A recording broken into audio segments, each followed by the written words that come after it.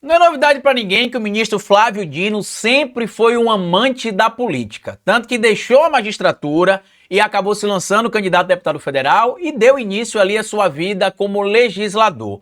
Passou pelas três casas, né? A Casa Legislativa como deputado, a Casa da Magistratura como juiz federal e também ocupou um cargo no Poder Executivo como ministro de Estado. Agora dentro do STF, com o destaque que ele tem tido, inclusive para enfrentar as desordens que envolvem emendas parlamentares que violam inclusive princípios constitucionais, muita gente tem questionado. O ministro Flávio Dino volta para a política? Seria ele candidato, quem sabe, à presidência da República em 2026, se Lula não puder ou não quiser, ou em 2030, depois que o Lula for reeleito, supostamente em 2026? É sobre isso que a gente vai falar aqui nesse vídeo hoje. Bora pro vídeo.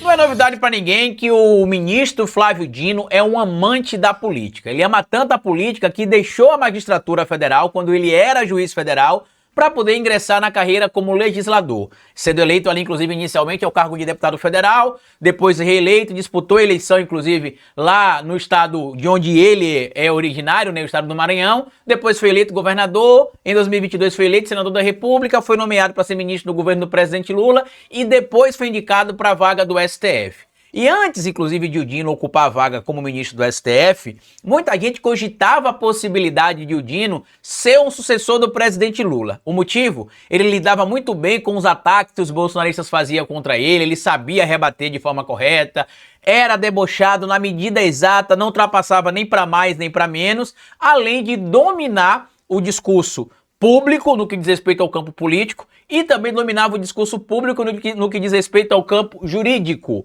Por conta disso, muita gente apontou ele como o sucessor natural do Lula. Muita gente dizia que era o Haddad, outros diziam que não, que o Haddad já teria sido superado pelo Flávio Dino. E eu sempre trouxe aqui a possibilidade, inclusive, dos dois nomes, do Dino e do Haddad, mas que, na minha opinião, o sucessor do Lula, isso baseado na minha análise, tá? Ideal seria o Dino àquela altura das análises que a gente tinha feito. Primeiro, pela comunicação que ele fazia. Segundo, pela origem que ele tinha aqui no Nordeste também.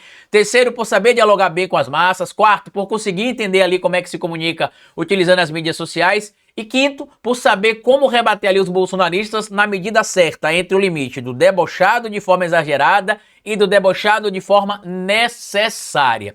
E aí, após essas movimentações que a gente tem visto acontecer, envolvendo as emendas parlamentares, o desrespeito ali por parte do senhor Arthur Lira, né, que tem violado, inclusive, o que estabelece a própria Constituição no seu artigo 37, já que ali diz que a coisa pública, a administração direta ou indireta de qualquer dos poderes da União, dos estados, do Distrito Federal e dos municípios, devem ser regidos baseados em princípios.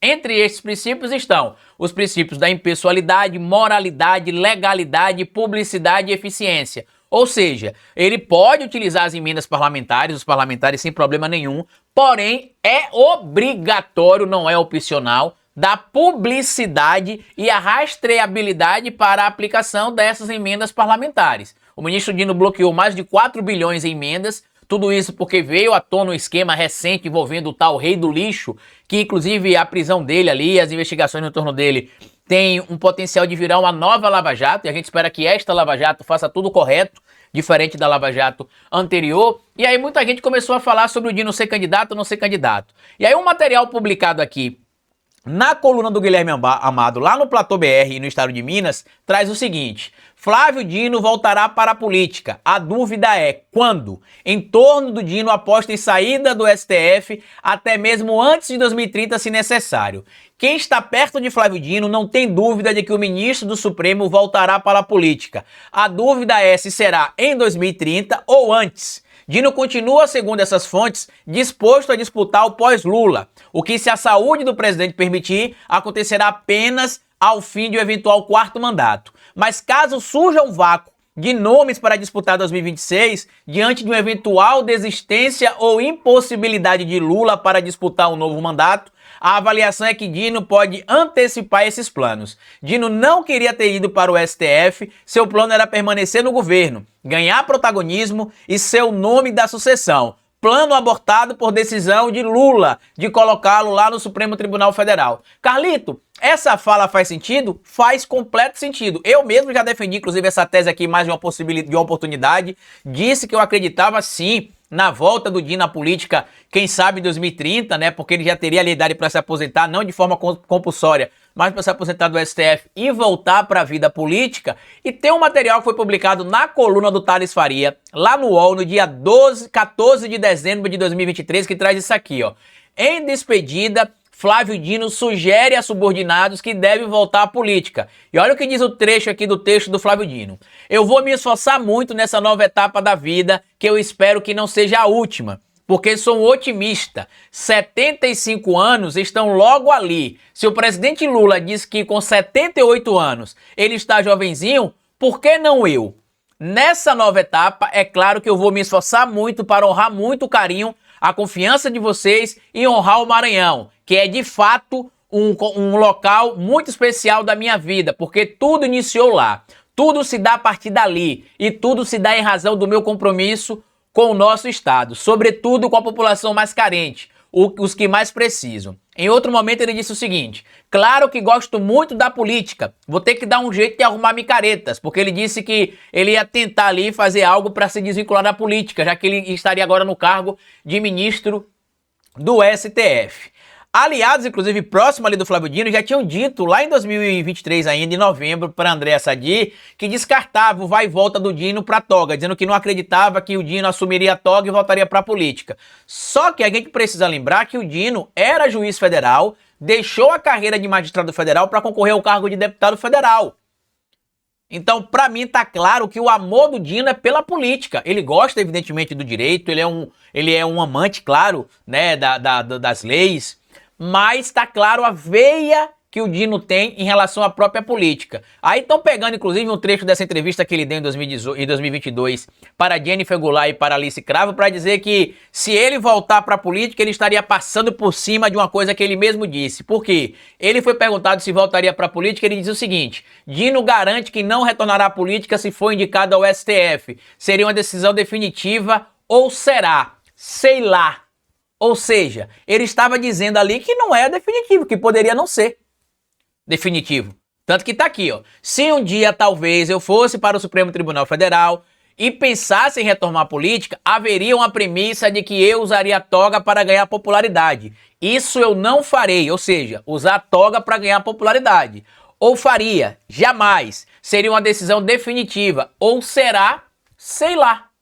Por que ele disse seria ou será, sei lá? Porque as pessoas podem mudar o seu pensamento. As pessoas podem mudar a sua postura. E eu, sinceramente, acredito que o ministro Flávio Dino pode sim ser candidato à presidência da República em 2030. É um nome que eu simpatizo muito, já elogiei aqui nesse canal em mais de uma oportunidade. É claro que vai ter resistência do bolsonarismo, dizendo que ele isso, que ele aquilo, que ele usou a toga para se destacar, para isso e para aquilo. Só que, se ele deixar a toga dentro do prazo legal, não terá nenhum tipo de impeditivo. Assim como vocês vão lembrar, inclusive, que o próprio ministro Joaquim Barbosa antecipou a sua aposentadoria do STF porque o nome dele estava sendo cogitado para ser candidato à presidência da República e, se não me falha a memória, eu não lembro exatamente aqui se ele já estava filiado ou não, mas ele chegou até a se filiar, se não me falha a memória, ao PSB.